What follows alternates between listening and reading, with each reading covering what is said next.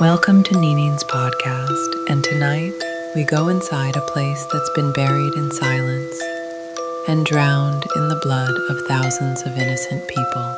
Some call it the real-life Squid Game, but the truth is far more terrifying. This is the story of Brothers' Home.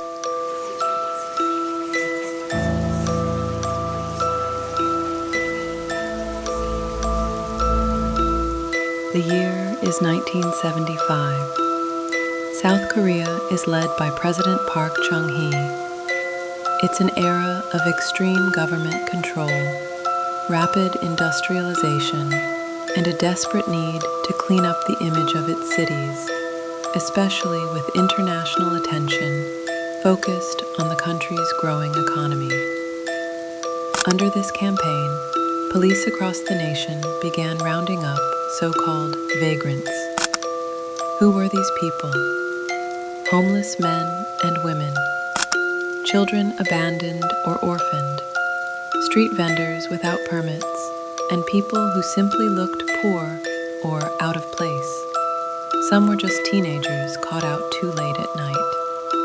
No trial, no paperwork, no explanation. They were taken to Brothers' Home in Busan, South Korea's second largest city, and once they entered, most never came back out. Officially, it was called a welfare center. On paper, it existed to rehabilitate society's undesirables. But behind the fences, it was a labor camp, a prison, and a torture chamber. At its peak, Brothers' Home held over 4,000 people, some as young as 9 years old, others in their 70s. There were no teachers, no therapists, no rehabilitation, and only guards. Inside the walls, detainees were forced into hard labor, their sewing uniforms for military contracts, constructing buildings, and often barefoot and malnourished.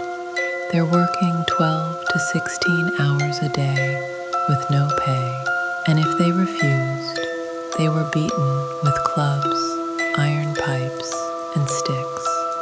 Some were electrocuted, others starved, and many were saw, especially young women and children.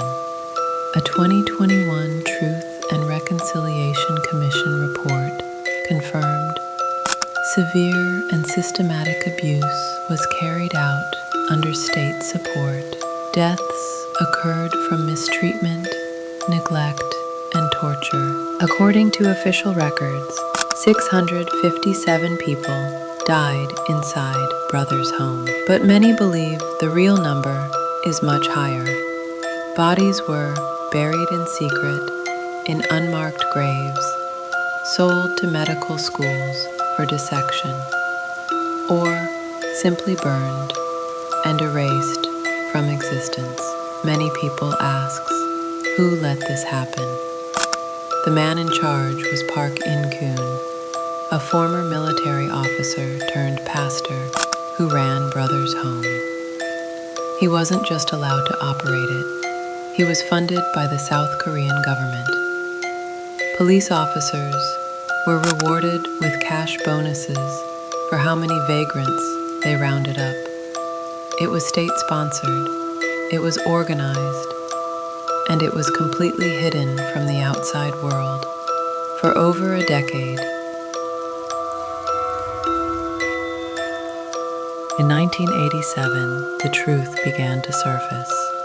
A group of survivors escaped and began speaking out.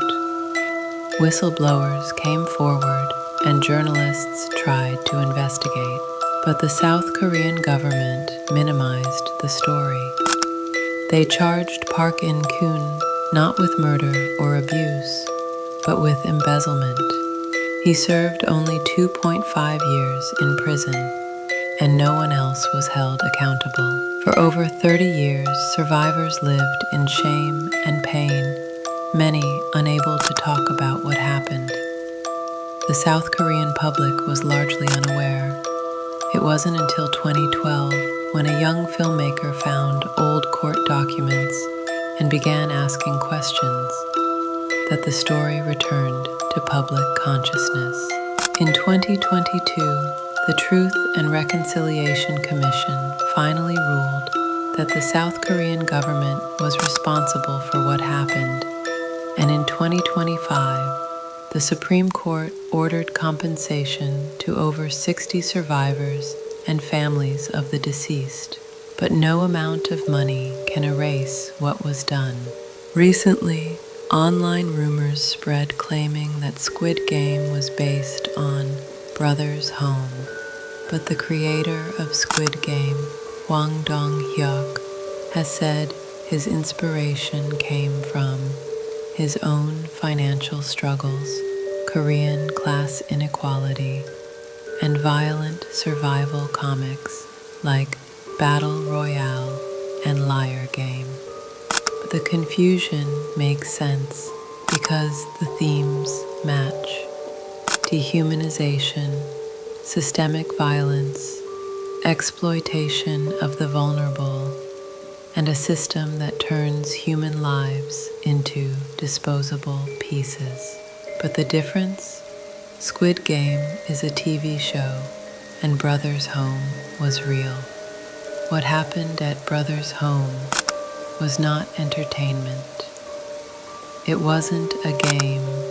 There were no contracts, no winnings, only victims, and the terrifying truth of what governments can do when no one is watching. We must remember these stories, not to sensationalize them, but to make sure they never happen again. To this day, no one knows exactly how many died behind those walls. Thank you for listening, and let me know your thoughts about this case. Until next time, stay aware and stay kind.